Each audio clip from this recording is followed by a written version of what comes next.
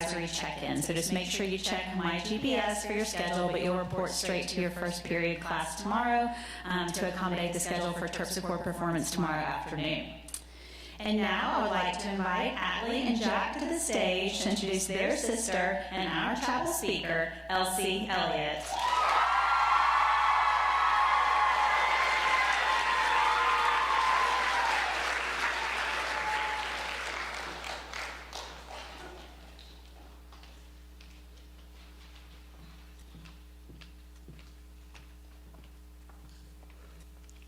Hi, I'm Atlee, and I've had the pleasure of being Elsie's older sister for 6,299 days, 3 hours, and 58 minutes.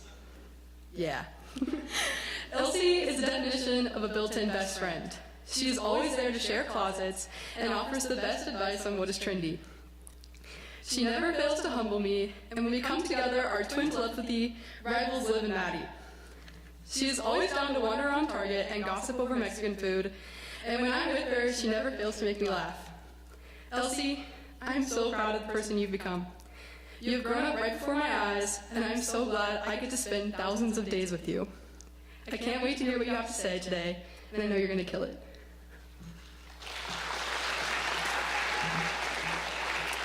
Hello, I'm Jack, and I'm Elsie's older brother.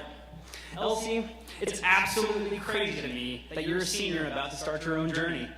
Even though we were up here 2 years ago introducing Atlee, I still couldn't imagine how quickly that this day could finally come.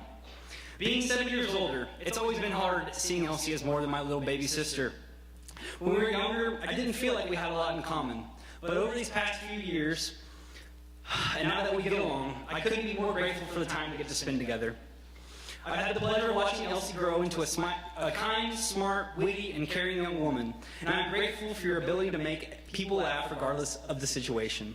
Elsie, I'm so proud of the woman you've become, and I'm so excited to see where life takes you. Now introducing our sister and your chapel speaker, Elsie Keelan Elliott.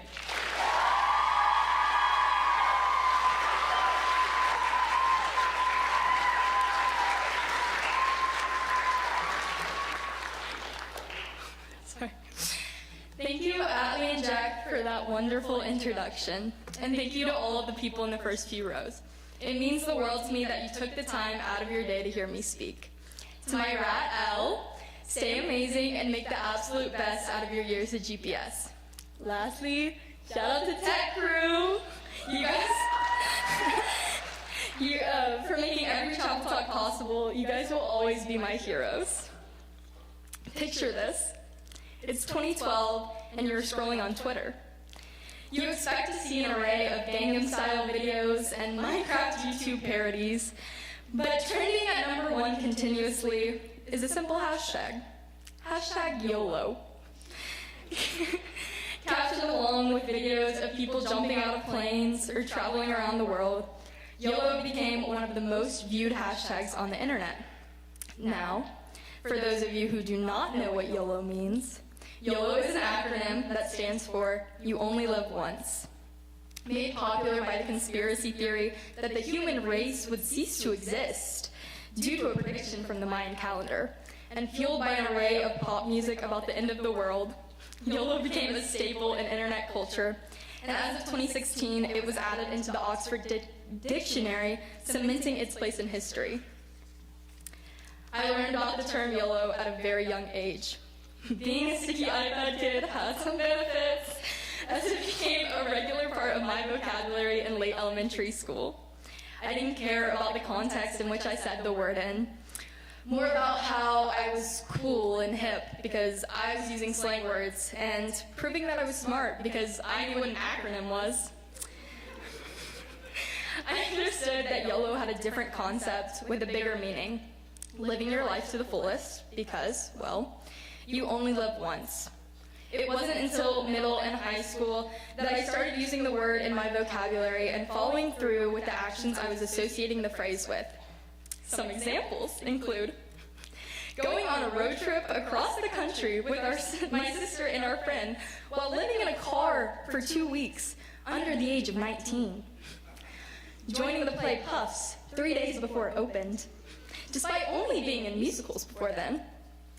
riding over 10 different zip lines across a valley in Costa Rica, and ignoring my fear of heights. But what ended up being scarier on that trip was spraining my ankle on a water slide and that led to a quick trip to get steroid shots at a doctor's office in another country.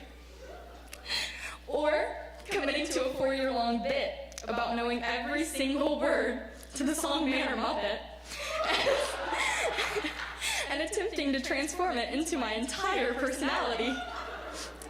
Going into something with the mindset of YOLO meant exploring things out of my comfort zone and approaching all opportunities as if I may never get the chance to do them again. I also pushed myself to be a part of almost every activity and club this school has to offer, including, but not limited to, acting, outdoor club, golf, JSA, swimming, lacrosse, current events, diving, dance, and choir. I wanted to find my niche and find the thing that I could excel at. However, now when people ask me what sport I play, I have to respond with, oh, I'm on the bowling team, and I'm a theater kid. And for the record, I wouldn't have it any other way. However, in pushing myself to be a part of so much all at once, I was always scared I wasn't doing enough. My siblings were successful in everything they attempted, and things seemed to come naturally to them. I continuously compared myself to my classmates who seemed to be doing so much more than I was despite trying my hardest. I pushed myself to be the best, but that wasn't enough. I always had this lingering fear for my future ahead of me. I judged my life on a scale of big. What big things am I going to do to change the world? What big things am I going to be remembered by? When I was younger, I wanted to be the first culmination of a woman, doctor, astronaut, president, and princess. Not to burst my own bubble, but as of currently, I'm scared of blood, and my hands are not setting up to be a doctor. My ears would be horrible in space, and I think my scoliosis sets me out of that running. There are no eligible Prince Bachelors my age. And though I do wish to go into politics when I'm older, I hope I'm not the first female president. I became scared of knowing the phrase, "you only live once," because there's so much I wanted to accomplish, and so much I still hope to do in the future. However, in living so much in the future, and also trying to live life to the fullest in the present, I was doing a lot of living, but not a lot of enjoying. I never took the time to stop and breathe, which made me remember the second message to YOLO, taking time to enjoy the little things. I was so caught up in the outcomes and the results that I didn't realize how much the simplest things brought me so much joy. YOLO was no longer about going on some elaborate trip or doing a crazy stunt to make the most out of one day. There are only 3,650 days in a decade, 365 days in a year, 104 days of summer vacation, and 7 days in a week. And not every day is going to be a good one. But the things I stress over in the moment and were the most important things going on in my life blur in comparison to a good hug from my family or friends. The time spent laughing for no good reason other than just to laugh, and the quiet moments like doing my homework with my dog Willow sleeping next to me are some I cherish so deeply. The smallest things helped me define my personality and who I wanted to be, and helped remind me that everything is going to happen as it should.